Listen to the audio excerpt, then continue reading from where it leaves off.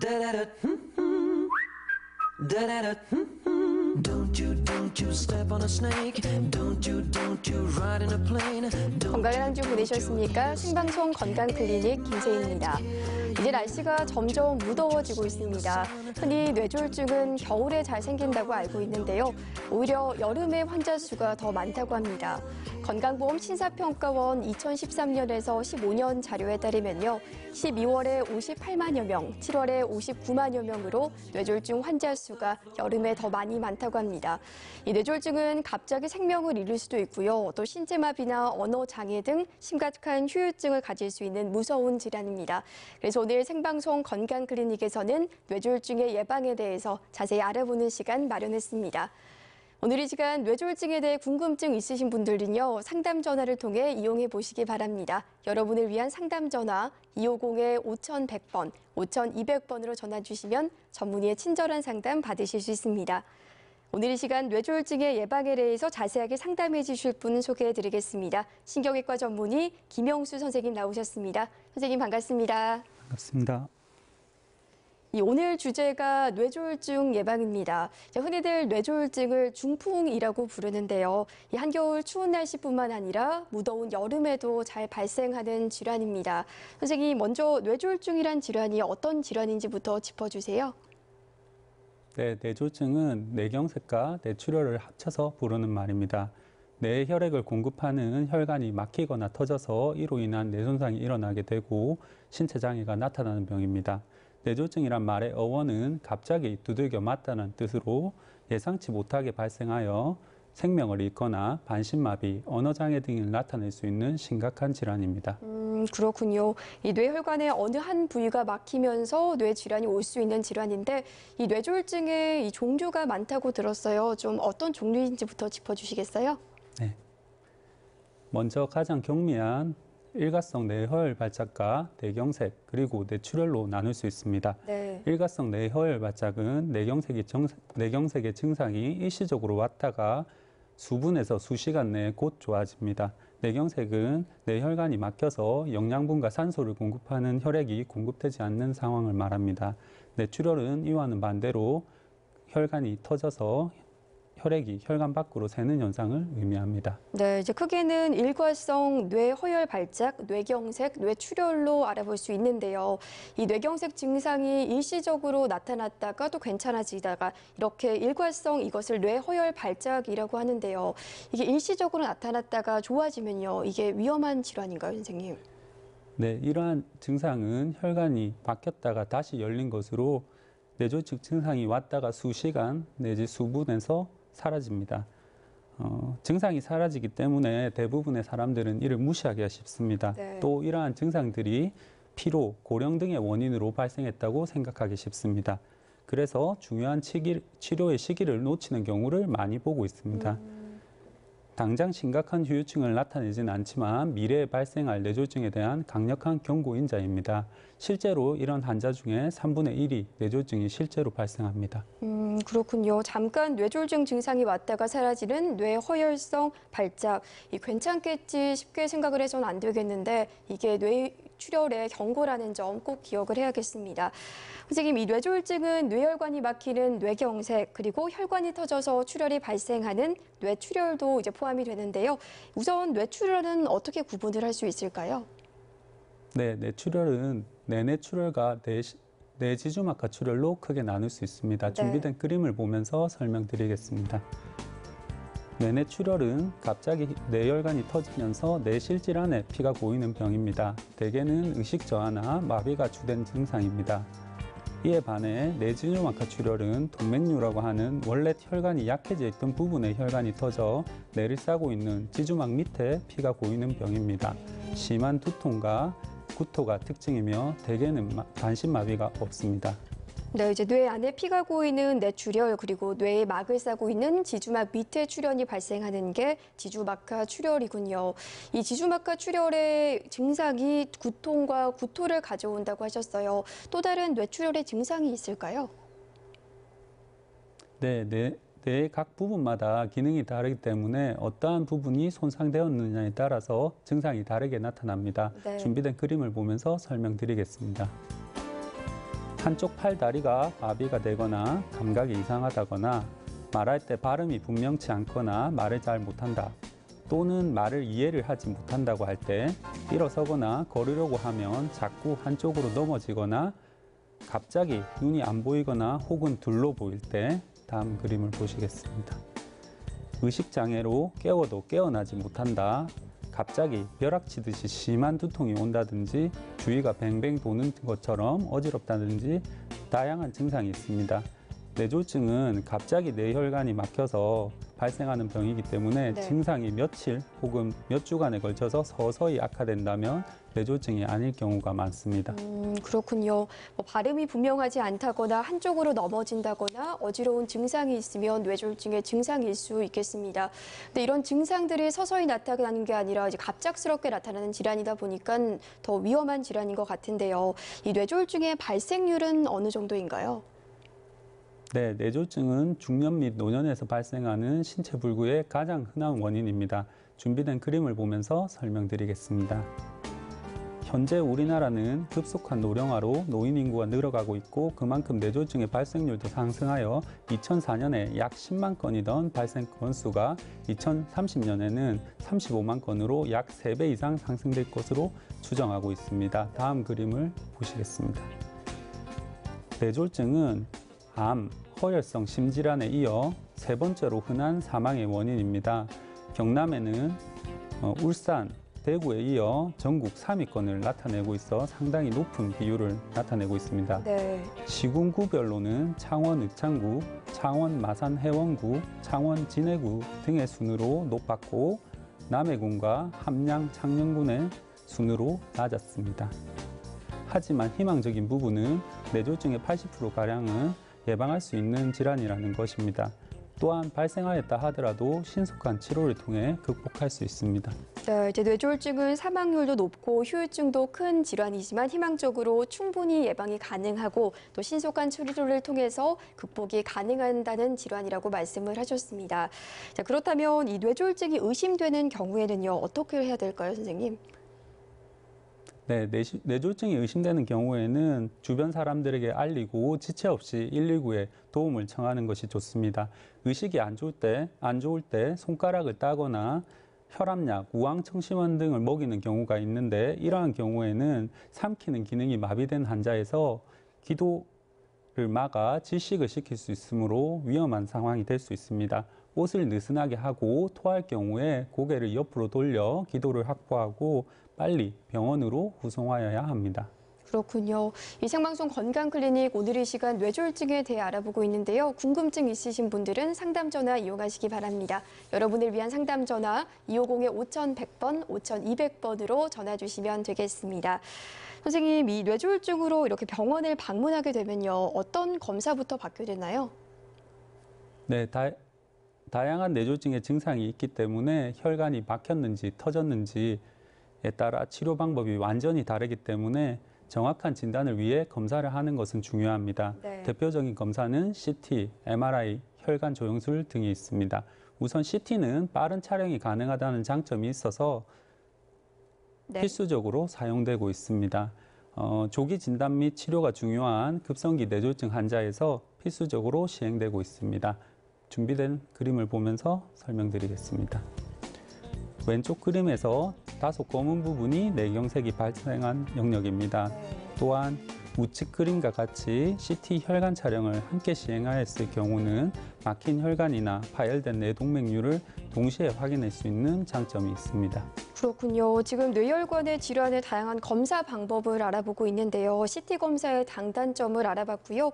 좀 더 정밀한 검사가 필요할 땐요. 이 MRI 검사를 시행하게 되죠. 네, MRI 검사는 가장 민감한 검사입니다. 다음 그림을 보면서 설명드리겠습니다.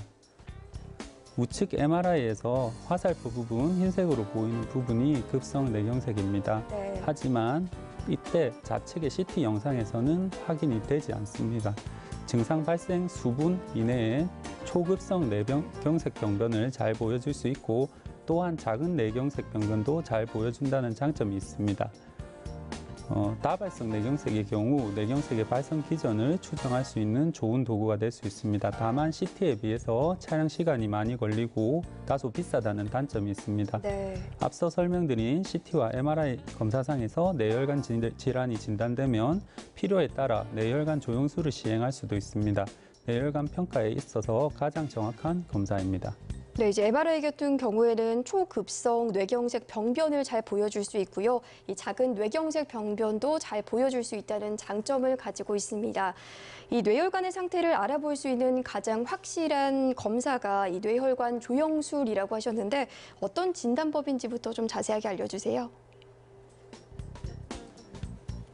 뇌혈관 조영술은 환자의 손목이나 사타구니의 동맥혈관을 통해 카테터의 끝을 각 뇌혈관에 위치시킨 후에 조영제라고 하는 혈관 모양을 볼 수 있는 물질을 주입하면서 그림과 같이 시술자가 직접 확인하여 실시간으로 혈관 모양을 X선으로 촬영하는 방법입니다. 네. 촬영에 필요한 검사 소요 시간은 약 30분 정도가 걸리며 검사 후에 당일 혹은 그 다음 날 검사 부위의 지혈이 확인되면 퇴원할 수 있는 비교적 안전한 검사라고 할 수 있습니다. 네. 이러한 뇌혈관 조영술을 통해서 뇌혈관이 어디가 어떻게 좁아지거나 막혀 있는지 혹은 터졌는지 그림과 같이 어느 곳에 파열된 동맥류나 혈관 기형이 있는지를 정확하게 판단하여 향후 치료 방침이나 수술 및 시술을 결정하는 데 있어 가장 중요한 검사입니다. 네. 또한 응급 상황의 경우에는 이런 검사 중에 동시에 치료적 시술을 이루어질 수 있는 기본적인 검사라고 할 수 있겠습니다. 그렇군요. 생방송 건강클리닉 오늘 이 시간 뇌졸중의 예방에 대해서 알아보고 있는데요. 궁금증 있으신 분들은 상담 전화 이용하시기 바랍니다. 250-5100번, 5200번으로 전화 주시면 전문의의 친절한 상담 받으실 수 있습니다. 연결된 전화 받아보도록 하겠습니다. 여보세요? 여보세요. 네, 안녕하세요. 어떤 전 상담 도와드릴까요? 예, 경남 함안군 대삼의 옥률리거든요. 네. 그런데 우리 아저씨가 네. 우리 아저씨가 16년도에 네. 16년도에 쓰러져가지고 뇌졸중에 쓰러져 병원에 가니까네 뇌경색에다가 뇌졸중에다가 두 가지가 그게 됐더라고요. 네. 그런데 그거는 이제 병원에서 해가지고 병원을 옮겨가지고 이제 약을 다 먹는데도 네. 자꾸 저래 머리가 아프다 그네요. 네, 선생님, 증상이 호전되지 않다고 말씀을 하시는데요. 예? 네, 이러한 경우가 가장 시청자분도 얘기하셨지만 가장 많은 분들이 호소하시는 증상입니다. 다행히 머리만 지금은 아프시기 때문에 다른 증상이 없어서 다행인데요. 이러한 경우에 대부분은 검사를 했을 때 또 특별한 게 안 나오는 경우가 많지만 실제로 이제 검사를 하는 게 필요하겠습니다. 왜냐하면 이전에 뇌경색이나 뇌졸중을 알았기 때문에 네. 이러한 두통이라는 증상도 향후에 나타날 수 있는 문제의 그런 원인이 될 수가 있기 때문에 병원에 한번 방문하셔서 검사를 한번 받아보시는 게 좋을 것으로 생각됩니다. 네, 어머니 또 궁금한 점 있으신가요? 예, 그런데 네. 검사를 몇 번을 받아도 네. 결과가 안 나와요. 예, 결과가 안 나오고 자꾸 머리도 아프고 어질도 아프고. 네, 검사를 받아도 지금 증상이 호전되지 않으시다. 결과가 없어요. 그렇군요. 네, 이전에 네. 이러한 질환들이 있었던 경우에는 다소의 우울증이나 이런 신체 장애에 대한 어떤 그런 반응들이 나타나서 두통이나 만성적인 통증들이 나타나는 경우가 때때로 있는데요. 네네. 이러한 경우에는 다행히 다른 치료나 수술이나 시술이 필요 없기 때문에 네. 약물 치료를 하여서 치료하는 것이 좋을 것으로 생각됩니다. 그러면 어떤 검사를 선생님 받는 게 좋으실까요, 지금 환자? 네, 이전에 여러 병원에서 많은 치료와 검사를 하셨기 때문에 그런 네네. 병원들에서 큰 문제가 없었다고 생각되면 좀 더 여러 가지 항우울제나 아니면 네. 진통제들은 조금 더 증량해서 네. 사용해 보는 것이 좋을 것으로 생각됩니다. 네, 어머니도 궁금증 있으신가요? 예, 그런데 네네. 연세도 많거든요. 지금 80세인데. 네. 그래가 그 병원에 자꾸 댕기도 자꾸 저리 나지도 않고 이래 아파서 산 게네. 저걸 약을 갖다 어떤 약을 쓰면 될란고. 그것도 걱정이 되고. 네. 예. 네, 병원에서 일단은 여러 가지 검사상에 특별한 문제가 안 나온 경우이기 때문에 일단은 먼저 안심하시는 게 가장 좋을 것 같습니다. 네. 그리고 이제 만약에 근처 병원에서 좀 잘 조절이 안 되고 한다면 이렇게 좀 더 전문적으로 뇌혈관 질환에 대해서 볼 수 있는 병원에서 뭐 다른 검사를 할 수도 있고 안 할 수도 있지만 그런 거를 통해서 약물을 조금 더 조절해 보는 것이 좋을 것으로 생각됩니다. 네, 어머니 좀 궁금증 해결되셨나요? 예, 감사합니다. 네, 전화 주셔서 고맙습니다. 네, 생방송 건강클리닉 오늘 신경외과 전문의 김영수 선생님과 뇌졸중에 대해서 알아보고 있습니다. 이 뇌졸중 검사 방법 알아봤고요. 이제 뇌경색은 치료에 있어서도 시간을 다투는 질환인데 생명이 위험할 수 있을 만큼 이렇게 갑작스런 증상이 나타난다면 바로 병원을 가야겠죠, 선생님? 네, 맞습니다. 오늘 이 시간에서 가장 중요한 설명 중 하나인데요. 앞서 말했던 증상들이 발생하게 되면 지체 없이 병원으로 방문하는 것이 좋습니다. 흔히 말하는 골든타임이라고 부르죠. 네네. 뇌경색의 경우에는 주사로 치료하는 정맥내 혈전 용해술을 시행할 수 있는 시간은 4시간 반 이내이고 동맥내 혈전 용해술은 그보다는 길어서 6시간에서 24시간 이내에 시행될 수 있습니다. 네. 하지만 뇌조직은 시간이 지나게 될수록 점점 더 손상이 심해지기 때문에 빨리 치료를 받는 것이 중요합니다. 내일이면 괜찮겠지 하는 생각이 자칫 생명을 잃을 수도 있습니다. 어떤 경우에는 수분 내에 증상이 호전되는 경우도 있지만 네. 이러한 경우에도 안심하지 마시고 갑자기 증상이 발생한 경우 병원을 방문하여 치료와 검사를 받아보시기를 권장드립니다. 네, 이제 괜찮아지겠지 하다가 생명을 잃을 수도 있기 때문에 꼭 병원을 찾으시는 게 좋겠습니다. 네, 상담 전화 연결해 보도록 하겠습니다. 여보세요? 여보세요? 네, 안녕하세요. 어떤 점 예. 상담 도와드릴까요? 예, 다름이 아니라 네. 제가 머리가 어지럽고 네. 이명이 있어서 그런지도 모르겠는데 어지럽고 계속 머리가 아파요. 그래가지고 MRI를 찍어보니까 네. 머리에 체형성이 있다고 그러더라고요. 다시 한번 말씀해 주시겠어요? MRI에. 찍으니까 네. 머리 안에 체형성이 진행되고 있다고 합니다. 퇴행성이요. 예. 네. 그걸 몇 군데 가서 그거를 판독을 하니까 네. 두 군데서 그렇게 말씀을 하시더라고요. 그렇군요. 그래서 어지러울 수도 있고 머리가 계속 아플 수도 있고 이렇다는데 그래서 전화드렸습니다. 네, 머리 검사에서 퇴행성 변화가 일어나는 것은 나이가 들면 당연한 현상입니다. 다만 80대에 일어나야 되는 퇴행성 변화의 어떤 정상적인 한계가 있고 60대에 일어나야 되는 한계가 있습니다. 그래서 그러한 한계들을 벗어나는 이상의 경우에는 좀 더 위험 인자를 강력하게 조절할 필요가 있습니다.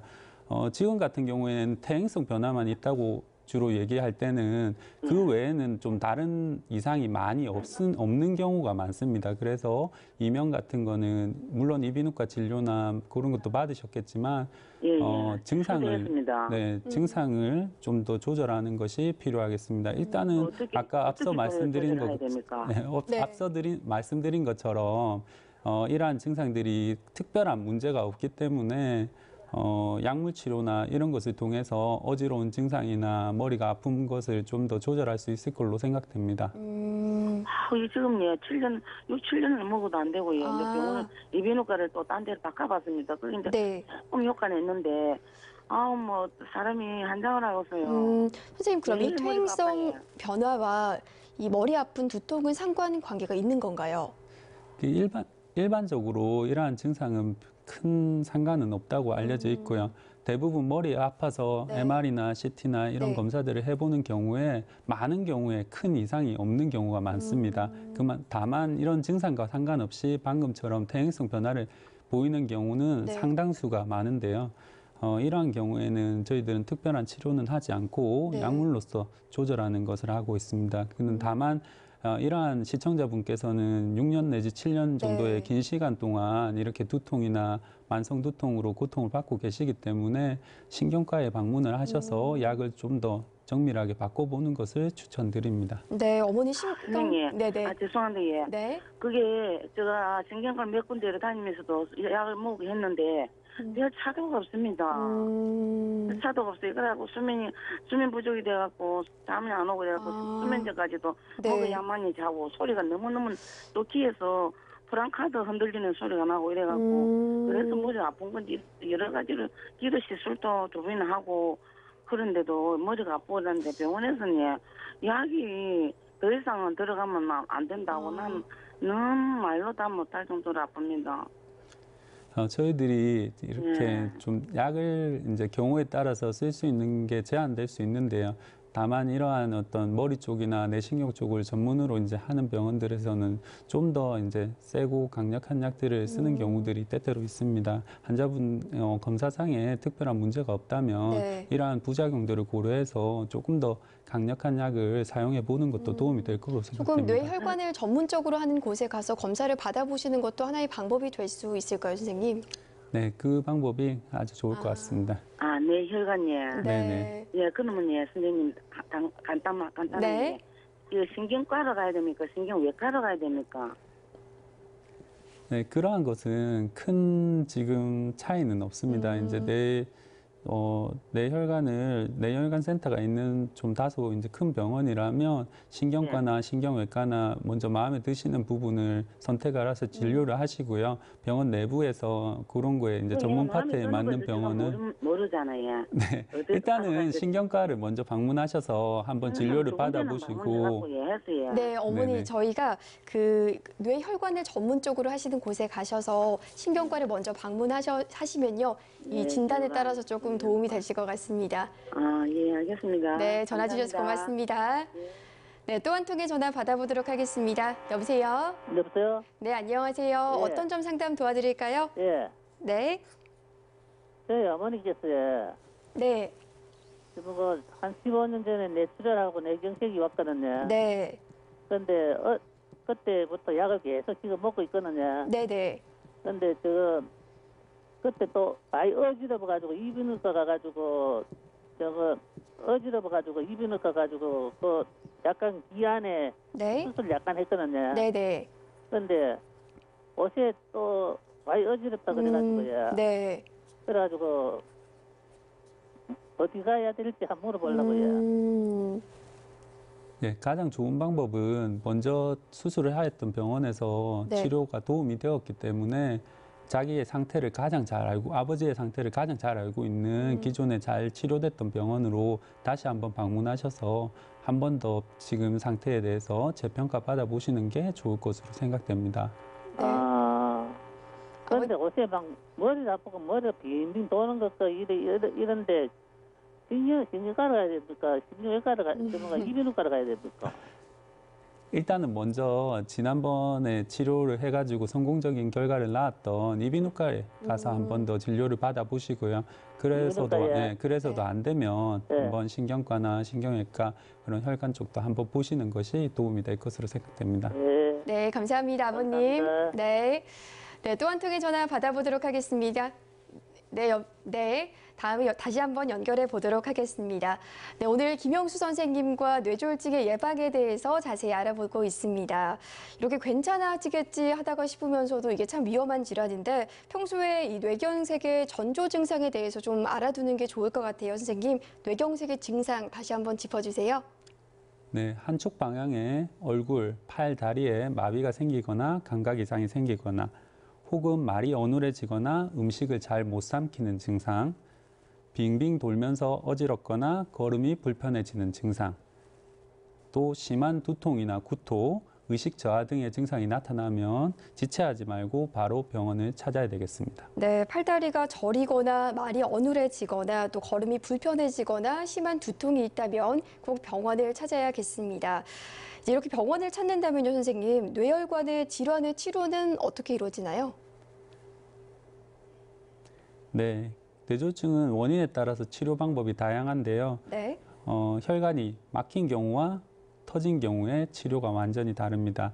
막힌 혈관이 원인이 되는 뇌경색의 경우는 약물 치료, 시술을 통한 혈전 용해술 또는 수술을 통한 감압성 개두술과 혈관 우회술 등을 할 수가 있습니다. 뇌혈관이 파열되어 생기는 뇌출혈의 경우에는 약물 치료, 혈종 제거술, 클립 결찰술 혹은 코일 색전술 등을 시도할 수 있습니다. 네. 먼저 뇌경색의 경우를 살펴보겠습니다. 네. 준비된 그림을 보고 설명드리겠습니다. 그림에서 보는 바와 같이 혈관이 막히게 되면 막힌 곳에 가까운 뇌조직은 완전한 손상이 오게 되고 먼 거리의 뇌조직은 완전히 손상을 받지 않은 곳입니다. 즉, 급성 뇌경색의 치료 목적은 아직 완전히 손상을 받지 않은 곳을 혈류 재개통을 통해 더 이상 손상받지 않게 하는 것입니다. 증상 발생 최소 4시간 반 이내에 약물 치료를 시작해야 효과를 기대할 수 있습니다. 네, 오늘 생방송 건강클리닉 뇌졸중에 대해 알아보고 있는데요. 상담 전화 많이 오고 있습니다. 연결된 전화 받아보도록 하겠습니다. 여보세요? 아, 예, 여보세요? 네, 안녕하세요. 어떤 점 상담 도와드릴까요? 예, 저는 60대 후반인데요. 네.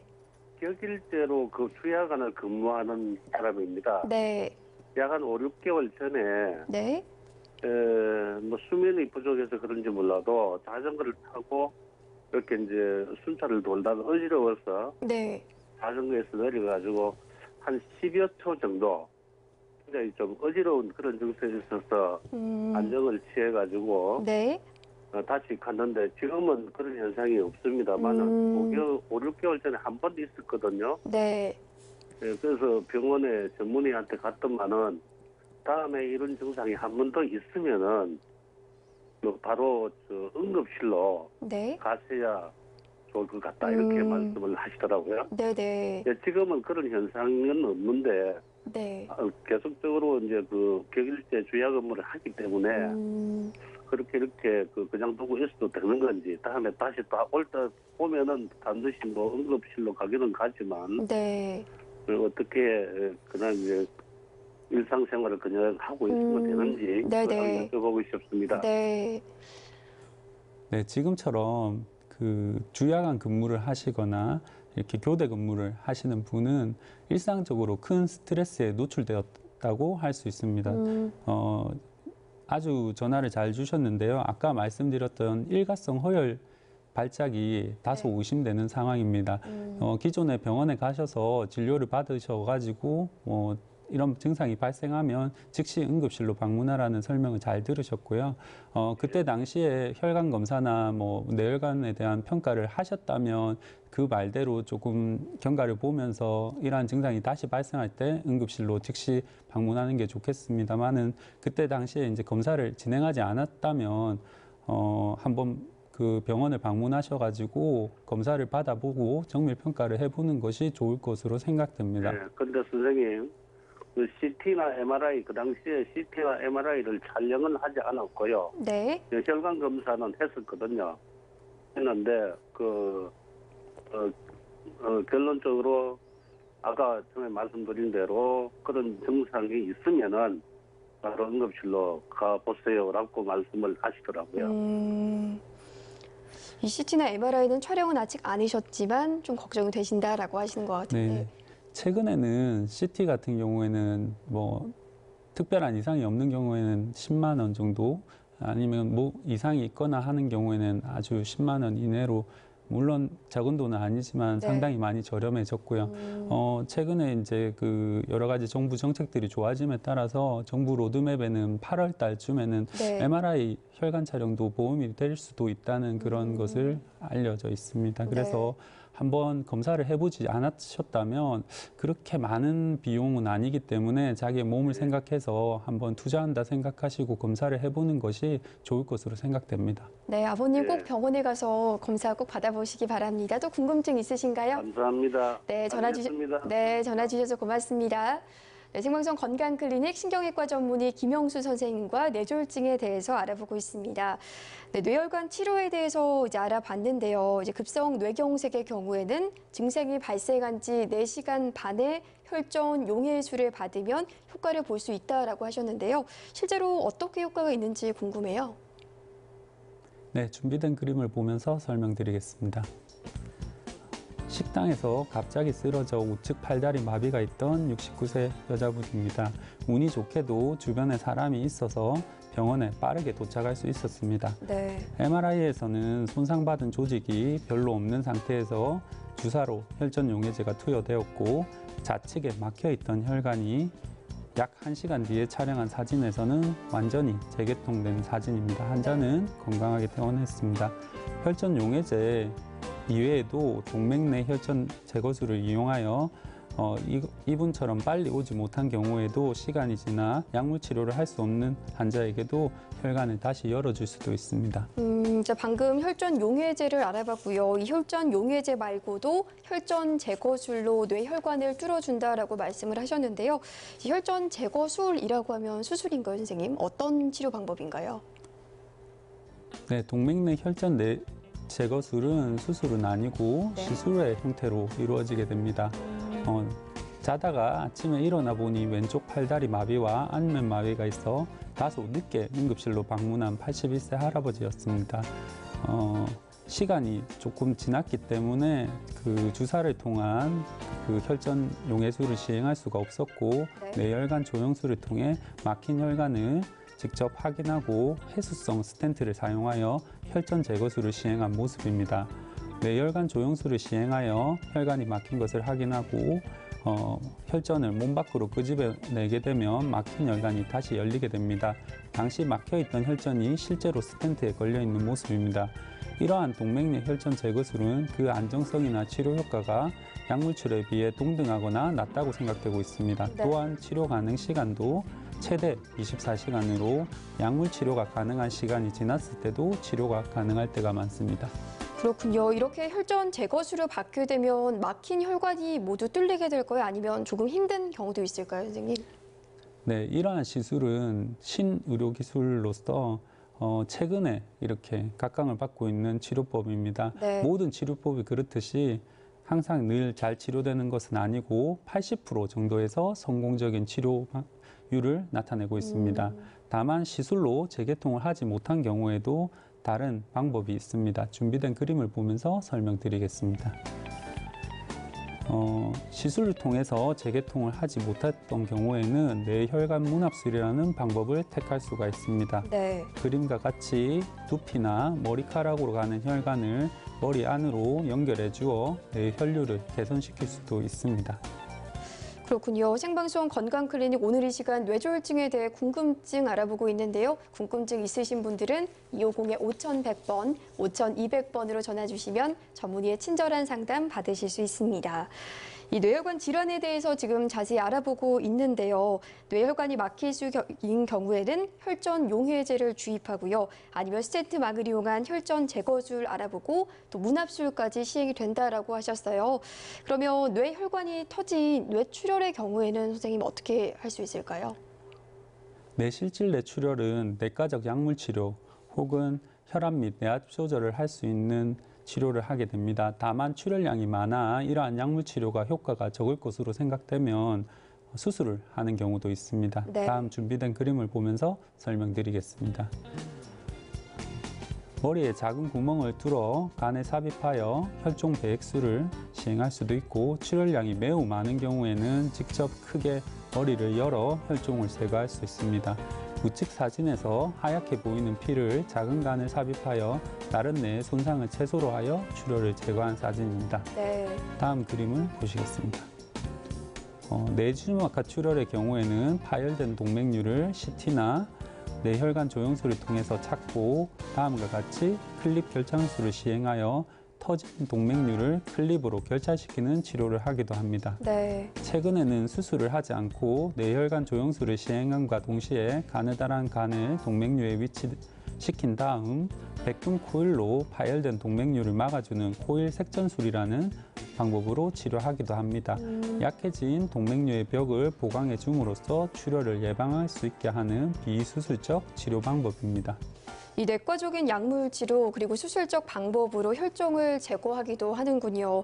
네, 이 뇌동맥류 파열 전에 코일을 삽입하면서 예방할 수 있는 방법도 있다고 들었는데요. 그건 어떤 방법인가요? 네, 최근에는 미리 이상을 발견하여 문제가 생기기 전에 치료를 하는 경우가 많습니다. 대부분의 경우 머리를 여는 수술보다는 아무래도 시술을 통한 코일 색전술을 선택하는 경우가 점점 더 많아지고 있습니다. 네. 이러한 시술은 국소 마취 혹은 전신 마취하에 시행하게 되며 전체 시술 시간은 약 3시간 정도 걸리게 됩니다. 환자는 시술 후 특별한 증상이 없기 때문에 치료 약 5일 정도가 지나면 일상생활을 할 수 있게 되고 직장에 복귀할 수도 있습니다. 퇴원 후 항혈소판제를 일정 기간 복용하면 혈전증의 위험을 감소시킬 수도 있습니다. 그렇군요. 생방송 건강클리닉 오늘 뇌졸중에 대해서 알아보고 있습니다. 연결된 전화 들어보도록 하겠습니다. 여보세요? 여보세요? 네, 안녕하세요. 어떤 전 상담 도와드릴까요?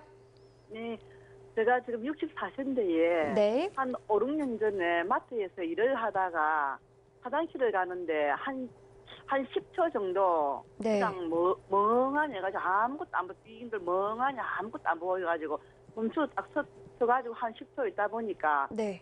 이게 정상적으로 되더라고요. 그래서 이제 그렇게 한번 경험을 했는데 네. 그 이후로는 아무 증상이 없었고 특별하게 그것 때문에 병원 간 일도 없는데 네. 얼마 전에 며칠 전에 네. 제가 집에 있다가 바깥에 이제 1층을 내려가서 이제 뭘 하나 사러 내려간다고 조금 걸어서 몇 발 갔어요. 몇 발 갔는데 갑자기 네. 걸음이 약간 어지르면서 왼쪽으로 좀 몇 발 기우는 느낌이 드는 거 있잖아요. 네네. 가는 잠깐 그런 걸 느꼈거든요. 그래서 혹시 다른 병원은 안 가봤는데 현재 제가 혈압약하고 네. 거기 고지혈증약을 지금 복용하고 있거든요. 네. 그래서 병원을 한번 가서 진단을 한번 받아봐야 되는지 궁금해서 예. 네, 선생님 어떤가요? 네, 이러한 경우에는 혈압약과 고지혈증 약을 먹고 계셨다고 하기 때문에 그러한 질병이 있으면서 관리되고 있지 않는 경우보다는 훨씬 더 양호한 상황을 나타내지만 지금 벌써 2번이나 네. 어지럽거나 왼쪽으로 힘이 빠지는 증상이 나타났기 때문에 일가성 뇌허혈 발작으로 생각할 수 있습니다. 이러한 경우에는 향후에 1, 2년, 3년 내에 뇌졸중이 실제로 발생할 수 있는데 경고가 나타난 거기 때문에 병원을 방문하여서 검사를 해보고 예방을 하는 것이 좋을 것으로 생각됩니다. 네, 어머니 또 궁금증 있으신가요? 네. 네. 그러면 이제 이렇게 보통 이 마산 쪽은 어느 병원 쪽을 가봐야 됩니까? 종합병원을 가야 되죠. 네, 저희가 큰 병원 쪽으로 어머니 가시는 게 좋을 것 같아요. 저희가 병원 상담은 따로 말씀은 못 드리겠거든요. 네, 알겠습니다. 네, 전화 주셔서 고맙습니다. 네, 감사합니다. 네, 생방송 건강클리닉 신경외과 전문의 김영수 선생님과 뇌졸중에 대해 알아보고 있습니다. 이 뇌졸중의 치료까지 살펴봤는데요. 이 뇌졸중이 걸리기 전에 예방하는 게 우선 무엇보다 중요할 것 같습니다. 우선 이 예방하기 위해서 위험 요인을 알아봐야 될 것 같은데 위험 요인들 좀 설명을 해주세요, 선생님. 네, 뇌졸중은 연령이 증가할수록 발생 위험이 높습니다. 일반적으로 뇌졸중의 위험은 55세 이상의 연령에서 10살이 많아짐에 따라 약 2배씩 증가하고 있습니다. 또한 남성의 경우 더 잘 발생합니다. 하지만 이러한 요소들은 교정할 수가 없는 인자입니다. 네. 다만 저희들이 교정할 수 있는 인자는 고혈압이라든지 당뇨, 심장병, 고지혈증, 흡연, 음주, 비만 등은 저희들이 충분히 관리할 수 있는 부분이기 때문에 네. 노력하시면 약 80% 정도의 뇌졸중은 예방할 수 있다고 생각합니다. 저 고혈압, 당뇨, 심장질환 등이 위험 요인이다라고 말씀을 하셨는데 이제 구체적으로 얼마나 영향이 있는지 좀 알아볼까요, 선생님? 네, 일단 고혈압은 뇌졸중 발생에 있어서 가장 중요한 위험 인자입니다. 고혈압은 혈관 탄력을 감소시켜 혈관이 터지면 뇌출혈이 일어나게 됩니다. 네. 고혈압이 없는 환자보다 고혈압이 있는 환자에서 약 4배까지 뇌졸중이 더 많이 발생하고 있습니다. 당뇨병도 뇌졸중의 위험도를 약 2배까지 높이고 있습니다. 또한 심장질환도 큰 위험 인자가 될 수 있습니다. 네, 이제 고혈압, 당뇨, 심장질환을 잘 관리하고 치료하는 게 중요하겠습니다. 이 뇌혈관의 질환의 예방법 좀 더 정리해 주세요, 선생님. 네, 뇌졸중을 예방하기 위해서는 고혈압 치료를 잘 해야 되고 네. 금연, 그리고 겨울 새벽에 운동을 할 때 굉장히 따뜻한 옷을 입고 하셔야 되겠습니다. 또한 무거운 것을 드는 운동을 주의를 하셔야 되고 네. 격한 화를 내거나 심한 스트레스를 받는 상황을 피하여야 할 것입니다. 지금같이 여름철에는 아까 잘 발생한다고 하셨는데 네네. 제때 식사를 하시고 탈수가 되지 않게 물이나 이온 음료 등을 중간중간 드시는 것이 도움이 되겠습니다. 또한 조기 건강 검진을 통해서 네. 이러한 위험 인자들을 관리하는 것이 중요하다고 할 수 있겠습니다. 그렇군요. 이제 특히 담배는 뇌혈관 질환에 가장 나쁜 영향을 미친다고 하죠. 건강을 위해서는 무엇보다 금연이 중요할 텐데요. 실제로 이 흡연이요, 뇌졸중에는 얼마나 위험할까요, 선생님? 네, 그 흡연자의 절반 이상이 흡연으로 인한 질환으로 사망하고 있습니다. 흡연은 뇌졸중에도 중요한 위험 인자인데요. 흡연자들은 비흡연자보다 적어도 약 2배 이상의 뇌졸중 위험이 높습니다. 네. 다만 이러한 흡연자들도 1년 이상 금연을 하게 되면 그 위험도가 반으로 줄게 되고 5년이 지나게 되면 일반인과 동일한 그런 위험도를 가지고 있습니다. 흡연을 얼마나 많이 하느냐가 중요한 것이 아니라 흡연을 하느냐 안 하느냐가 가장 중요합니다. 네. 최근에는 흡연도 하나의 질병으로 보고 병원 내지 보건소에서 지원을 해주면서 치료를 하기도 합니다. 네, 고혈압, 당뇨, 그리고 심장질환, 흡연이 위험 요인이 되는 만큼 예방하고 잘 관리해서 질환을 예방하는 게 좋겠습니다. 생방송 건강클리닉 오늘 뇌졸중에 대해서 알아보고 있습니다. 여러분을 위한 상담 전화 250-5100번, 5200번으로 전화 주시면 전문의의 친절한 상담 받으실 수 있습니다. 연결된 전화 받아보도록 하겠습니다. 여보세요? 여보세요? 네, 안녕하세요. 어떤 점 상담 도와드릴까요? 예, 제가 저번 달에요. 네. 머리 너무 아파가지고. 네. 정신과 약도 수면제하고 많이 먹고 있거든요. 근데 MRI를 3번을 찍으니까 머리에 까리가 있었고. 네. 그래 3번 찍었는데 조연설도 했는데요. 네네. 이제 사전에 1년에 한 번씩 찍다하고 특별한 약이 없어요. 약을 안 주고 그래가 불안해가지고 꼼짝 아무것도 못 하거든요. 네. 그래서 지금 어떻게 하면 좋을까 싶었어요. 네, 수술도 하셨는데 지금 약을 할 수 있는 방법이 없다라고 말씀을 하셨는데요. 네. 제가 큰 병원으로 가라고 하셨군요. 네. 네네. 큰 병원에 가게 했는데 조연술까지 했는데 그냥 그대로 그 상태로 그냥 있어요. 네, 이 경우에는 뇌동맥류가 이제 진단이 된 경우입니다. 아마도 그 큰 병원에서 권유드린 부분이 뇌동맥류의 사이즈가 치료하기는 적절하지 않아서 아마 치료를 안 하고 경과 관찰을 하면서 1년 내지 2년마다 계속해서 이제 검사를 해보자고 하였던 것 같고요. 아무래도 이러한 치료법이나 뭐 의료 기술들이 한계가 있기 때문에 치료를 했을 때도 다소의 위험성이 있을 수 있습니다. 다만 1에서 2% 정도 상당히 심각한 합병증이나 문제가 생길 수 있기 때문에 약 7mm 동맥류를 기준으로 할 때 1년의 파열률은 약 1% 미만으로 이렇게 사이즈가 작은 경우에는 파열되는 위험이 상당히 적습니다. 그렇기 때문에 다소 안심을 0.3mm요. 네. 예, 아마 3mm를 얘기를 하시는 것 같고 3mm 동맥류인 경우에 나이가 어떻게 되시는지 혹시? 61세요. 61세시면 좀 더 경과 관찰을 할 수도 있습니다. 뒤에도 이제 나오겠지만 4mm 이상이고 나이가 좀 젊으실 때 저희가 기준으로 좀 치료를 하기 때문에 3mm 동맥류인 경우에는 너무 불안하시면 치료를 할 수도 있지만 치료를 안 하는 것도 하나의 좋은 방법입니다. 네, 어머니 너무 걱정하지 마시고요. 경과 꼭 지켜봐 주시기 바랍니다. 네. 네, 전화 주셔서 고맙습니다. 네, 또 한 통의 전화 받아보도록 하겠습니다. 여보세요? 여보세요? 네, 안녕하세요. 어떤 점 상담 도와드릴까요? 네. 저는요, 처음에 귀에서 소리가 나서 네. 이비인후과를 가니까 노화 현상에서 그렇다 이런 그거로 치료를 약간 좀 했거든요. 네. 그랬는데 머리가 갑작스레 아프기 시작해가지고 네. 너무너무 못 참을 정도로 머리가 아프는 거예요. 귀가 울먹같이 머리가 아프는 거예요. 네. 그래가지고 큰 병원에 가서 머리를 찍었는데 머리에 무룩이 있는데 무룩하고는 아무 상관이 없다. 그리고 콜레스테롤 이게 약간 울퉁불퉁하는데 그래갖고 약물 치료를 좀 했는데 안 돼가지고 다시 입원을 하래서 입원을 하고 2주를 검사를 했는데 네. 백맹이 없다고 그래요. 네. 그런데 이제 무릎에서는 아무 이런 머리 아픈 현상은 아니다. 그런데 이제 치료를 하다가 약물 치료를 하다가 안 되니까 네. 그러면 큰 병원에 가서 한번 검사를 다시 한번 해봐라. 네네.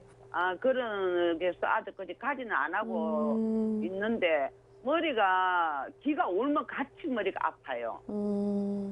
그래서 지금 나름대로 뭐 약을 쓰고 신경과도 가고 이리 하고 있습니다. 네. 있는데 이게 이제 어디에서 오는 현상인 거 몰라가지고 답답하시겠어요. 그래 여쭤봤습니다. 네, 이렇게 병명도 모르는데 머리가 아프시다고 하니까 답답할 것 같다. 어떤가요, 선생님? 네, 많은 분들이 심한 두통이나 이런 경우에 검사를 해서 특별한 것이 안 나오는 경우가 많습니다. 아까 말씀드렸던 무록이나 이런 것들은 좀 선천적이거나 이전에 생겼던 원인이 많기 때문에 아마도 그렇게 커지지 않는다면 증상하고 관계가 있을 확률이 상당히 낮습니다. 다만 아까 고지혈증이 있고 혈관이 좀 울퉁불퉁하다는 얘기를 하셨는데 그러한 부분들은 나이가 들거나 하면 다소 이제 있을 수 있는 부분이고요. 그래서 이제 머리 아픈 증상이 일단은 조금은 안심을 해도 될 것 같다고 생각이 듭니다. 다만 이제 그 병원에서 조금 더 큰 병원에서 그 한계 때문에 정밀한 평가를 받아보시기를 권유를 했다면 한번 방문을 하셔서 검사를 해보고 완전히 모든 것이 깨끗하다고 이제 판정이 나면 좀 더 마음 편하게 그렇게 지낼 수가 있을 것으로 생각됩니다. 아, 예. 그러면 큰 병원 한번 가봐야 되네. 네, 그게 마음이 어머니 좀 더 편할 것 같은데요. 네. 그 큰 병원 한번 내원하셔서 검진을 좀 받아보시는 게 좋을 것 같습니다. 아, 예. 감사합니다. 네, 전화 주셔서 고맙습니다. 예, 감사합니다. 네, 또 한 통의 전화 받아보도록 하겠습니다. 여보세요? 네, 안녕하세요. 어떤 점 상담 도와드릴까요? 네, 다름이 아니고요. 네. 한 3, 4개월 전에 고혈압 진단을 받았거든요. 네. 예. 그리고 한 1년 6개월 전에는 동맥경화라고 병원에서 진단을 내렸는데 콜레스테롤 수치, 뭐 고지혈 이런 건 전부 다 정상인데 네. 병원에서도 이해할 수가 없다, 동맥경화가 있는 게 말씀을 하셨는데 제가 1년 지금 6개월 후에 지금 한 3개월 전에 고혈압 진단을 받았어요. 네. 근데 지금 조절이 잘 되고 있다가 한 20일 전부터 지금 계속 혈압이 아침에는 너무 높고 네. 저녁에는 또 저혈압 현상이 일어나요. 그리고 한 10일 전에는 제가 이제 지금 여기 현재 제가 창원인데 네. 서울에 뭐 볼 일이 있어가지고 이제 갔었는데요. 네. 건물이 흔들리는 느낌이 드는 거예요. 건물한 가지를 이렇게 갔었는데 네. 다른 사람한테 얘기를 하니까 건물이 안 흔들리는데 약간 앉아 쉬라고 하는데 막 식은땀이 나면서 근데 이제 저녁에 제가 서울에서 창원에 내려와서 이제 이완기로 이제 혈압을 재니까 네. 혈압이 50이 안 되더라고요. 아. 네, 그래서 혈압 조절이 안 되고 뒤에 목덜미도 좀 많이 당기는 것 같고 또 밤에 잠을 못 자면은 더 많이 이제 혈압이 올라가더라고요. 가끔 불면증도 좀 많이 심한 것 같고. 네, 선생님 어떤가요? 지금 혹시 나이가 어떻게 되십니까? 저 지금 올해 57이요. 네, 동맥경화가 발생하는 것이 잘 이해가 된다고 하지 않으셨는데 아마 여성들 같은 경우에는 이제 여성 호르몬이 동맥 건강을 지켜주는 역할을 많이 하게 되는데요. 폐경기가 되면 이러한 호르몬들이 감소하여 가지고 정상적으로 동맥경화가 나이가 듦에 따라서 발생할 수도 있습니다. 또한 이제 3개월 전에 고혈압 약제를 이제 진단을 받고 처음으로 시작을 하셨기 때문에 높았던 혈압을 잡기 위해서 약을 쓰다 보면 약효가 먹었을 때는 좀 더 세고 시간이 지나면 좀 약효가 떨어지는 그런 현상들이나 여러 가지 현상들이 있기 때문에 약을 다시 좀 2번에 나눠서 드신다든지 아니면 좀 더 약한 약으로 그렇게 바꾼다든지 그런 방법을 통해서 일단 먼저 혈압을 이제 정상적으로 유지되도록 조절을 하시고 그러고 나서 이러한 어지러움이나 건물이 흔들린다는 느낌이 지속되는지 확인을 하셔가지고 보는 것이 먼저일 것 같습니다. 그리고 제가 가족력이 있거든요. 네, 오빠 2분이 다 내 경색으로 한 분은 병원에 계시고 한 분은 치료를 받았거든요. 네. 그래서 저도 혹시 이 내 경색이나 내 쪽에 굉장히 좀 신경이 많이 쓰이는 부분이 있거든요. 심각한 건 아닌가요? 네. 그 주변에 이렇게 환자분들이 있고 이러한 상황들을 경험하게 되면 그러한 것들이 굉장히 무섭게 생각되고 걱정이 많이 되게 됩니다. 근데 뇌경색이라는 것은 유전이 되는 병은 아니기 때문에 다소 이제 안심을 하셔도 되고요. 그렇지만 가족들이나 이런 그런 경우에는 아무래도 생활 패턴이나 이러한 방식들이 비슷하기 때문에 뇌졸중이 좀 더 동시에 좀 더 많이 발생하는 경우가 있습니다. 그래서 가족력이 있으시다면 한번 검사를 받아보시는 것도 추천드립니다. 네, 어머니 전화 주셔서 고맙습니다. 감사합니다. 네, 또 한 통의 전화 받아보도록 하겠습니다. 여보세요? 네, 반갑습니다. 네, 어떤 점 상담 도와드릴까요? 저기 2016년도에 네. 9월달에 뇌경색이 왔어요. 네. 입도 약간 돌아가고 말 발음도 좀 어렵고 네. 손도 약간 힘이 빠지고 다리도 그렇고 이렇게 빨리 어떻게 제가 조치를 해가 병원을 가고 일단 MRI 사진을 찍고 약물 치료를 했습니다. 네네. 예, 수술을 안 하고 약물로 갖고 한 달 입원해갖고 치료를 했는데 그래갖고 저기 그 뭡니까 정상적으로 치료를 해가지고 퇴원을 하고 지금까지 네. 지금 저기 생활하는 데는 아무 문제가 없습니다. 네네네. 예, 그러는데 주위에서 환자분들도 그러시고 네.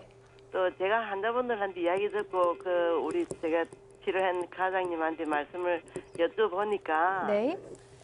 그래 해도 된다 해서 1년마다 네. 저기 MRI 사진을 찍고 약물 치료를 다시 이제 이래 예비적으로 치료를 하는 그런 방법을 쓰고 있거든요. 네네. 현재 먹는 약도 먹고 있습니다. 네. 그래서 지금 현재까지는 괜찮는데 네. 가끔 머리가 약간 아프는 거는 그냥 그러려니 생각하고 네. 또 제가 다른 질병도 또 막 식도도 있고 이래서 약을 먹어서 네. 기능이 좀 안 움직이는지 뭐 모든 게 조금 불편하기는 불편합니다. 네, 그러나, 어머니, 네, 어떤 점이 그러면 가장 불편하세요? 제가 식도 수술하고 일어나는 게 내과적으로 소화기 내과적으로 좀 먹는 약이 많습니다. 네. 혈압약은 한 15년 됐고요. 네네. 그래서 어떤 상담 도와드릴까요, 어머니? 그래서 이제 예비적으로 약물 치료 받는 그게 네, 괜찮으신지 가능한지 괜찮은지 혈액이 있는지 네. 그걸 한번 여쭤보겠습니다. 네, 잘 질문 주셨는데요. 예. 지금 같은 경우에는 2016년에 뇌졸중이 오셨는데 빨리 병원에 가셔서 잘 치료를 하신 것 같고 지금 생활에도 문제가 없으신 것 같습니다. 아주 다행이고요. 이러한 경우에 이제 약물 치료라고 하는 것은 대부분 이제 항혈소판제라고 하는 향후에 뇌경색이 발생하는 것을 예방해주는 약제들을 많이 사용하고 있습니다. 물론 이러한 것들이 다소 사람들 인식에는 위장장애나 이런 것들을 나타낼 수 있다고 좀 꺼려하시는 경우가 있는데요. 그럼에도 불구하고 이전에 실제로 뇌졸중이 발생하셨고 장애라든지 문제가 생길 수 있는 것을 잘 지나가셨기 때문에 앞으로는 이러한 것들이 발생하지 않도록 약물 치료를 지속해서 하시면 좋을 것 같고 머리가 조금 아프신 그런 부분들에 대해서는 병원에서 잘 관리를 받고 계시기 때문에 너무 걱정하지 마시고 조금은 안심을 하셔도 좋을 것으로 생각됩니다. 네, 어머니 안심하시고 꾸준히 치료 받으시기 바랍니다. 예, 1년마다 한 번씩 MRI 찍고 치료 받는 건 괜찮네. 예. 네, 어머니 저희가 시간 관계상 방송이 끝난 후에 좀 더 도와드리도록 하겠습니다. 네. 감사합니다. 네, 감사합니다. 네, 송방송 건강클리닉 오늘 신경외과 전문의 김영수 선생님 모시고 뇌졸중 예방에 대해서 알아봤습니다. 선생님 끝으로 마무리 말씀 짧게 부탁드립니다. 네, 뇌졸중은 대부분 위험하지만 예방이 가능한 질병입니다. 뇌졸중이 발생하지 않게 예방하는 것도 중요하지만 뇌졸중이 발생한다면 빠르게 병원을 방문하여 치료를 시작하는 게 좋습니다. 평소에 주변에 어떤 병원이 치료가 가능한지 확인해 두는 것도 도움이 되겠습니다. 이러한 사전 검진을 통해서 100세 시대에 특별한 장애 없이 문제 없이 무병장수의 삶을 누리시길 바랍니다. 네, 이상입니다. 선생님, 오늘 말씀 고맙습니다. 네, 6월 14일 어제는 세계 헌혈자의 날이었습니다. 헌혈자들에게 존경과 감사의 마음을 표현하기 위한 기념일인데요.